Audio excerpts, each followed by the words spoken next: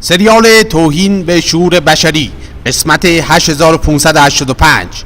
این داستان بروسلی و کشک و بادمجان.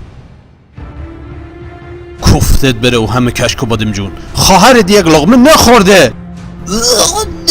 آخ جون پستون سکیده.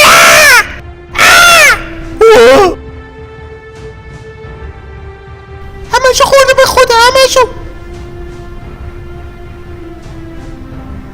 باید بری دنبال بروسلی. واکن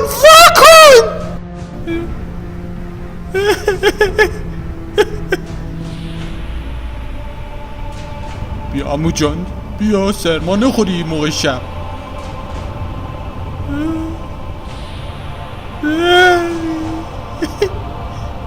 عمو جان یه اعترافی باید بکنم. پیاز داغم نداشت.